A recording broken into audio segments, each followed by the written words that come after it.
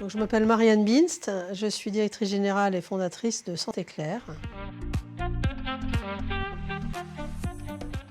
Quand j'étais plus jeune, j'étais dans un gros cabinet de conseil qui s'appelait à l'époque Bossard Consultant et j'étais la première femme nommée partenaire. La seconde après quelqu'un qui s'occupait de documentation.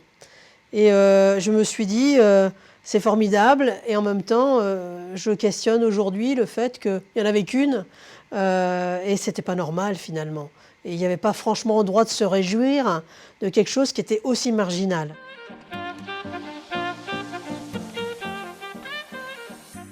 La parité, c'est un vecteur de performance. On s'aperçoit toujours dans l'entreprise Santé Claire que quand on bascule trop dans certaines équipes sur trop d'hommes, que des hommes ou que des femmes, plateau téléphonique plutôt tendance à avoir des femmes, informatique par exemple que des hommes, ça marche moins bien.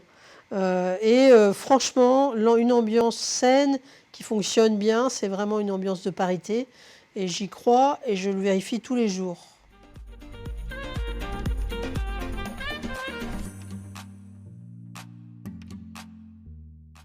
Oui, bien sûr que ça me choque que le secteur de l'assurance ne soit pas fer de lance finalement de développement de la parité.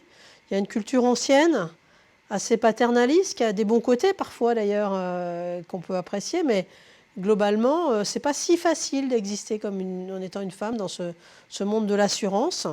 Et je pense qu'il y a quand même beaucoup de progrès à faire encore.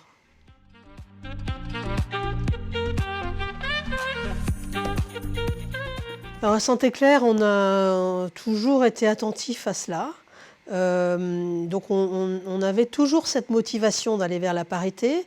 Il y a un des résultats dont je suis assez fière, c'est au niveau des équipes informatiques et notamment du développement, où là on avait traditionnellement vraiment des équipes très masculines. Et grâce au patron de l'informatique, au patron du développement, et une façon qu'ils ont eu de s'y prendre avec les sous-traitants, on a intégré progressivement 1, 2, 3, 4, plusieurs femmes qui faisaient du développement.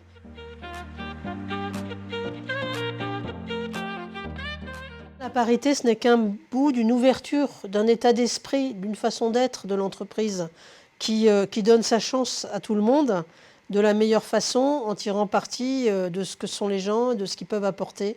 Donc je crois que cette ouverture qu'on a vis-à-vis de la parité, il faut surtout la maintenir, mais aussi que cet état d'esprit soit un état d'esprit de la culture d'entreprise très profond et très global.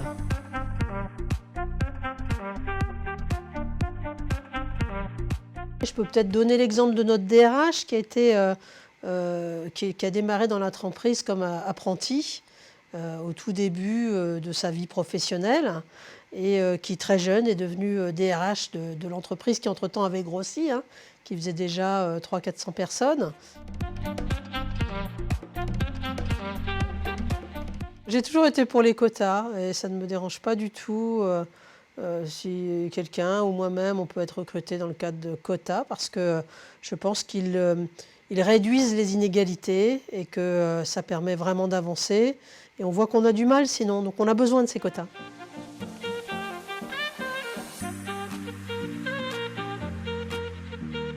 Intégrer un COMEX, c'est d'abord dire que c'est important et qu'il faut être ambitieux, parce que souvent les femmes, elles ont un peu honte d'être ambitieuses. Donc je leur dirais, assumez votre ambition. Si vous avez des choses à apporter, vous avez des choses à apporter, assumez-le.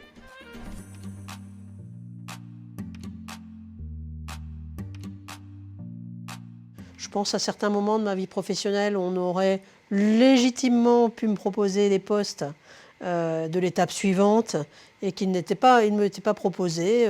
Et je pense que le fait d'être une femme avait été l'obstacle principal, même s'il n'était pas forcément conscient. Pour moi, c'est quelque chose qui a toujours été de dire, finalement, dans ma vie personnelle, parce que j'ai 2 enfants, je vais me faire énormément aider. Je les ai élevés en étant célibataire. Je pense qu'on hésite trop à se faire aider parce que la parité dans un couple, ça peut être aussi que les deux financent le fait de se faire largement aider. Et je pense qu'on n'y a pas assez recours.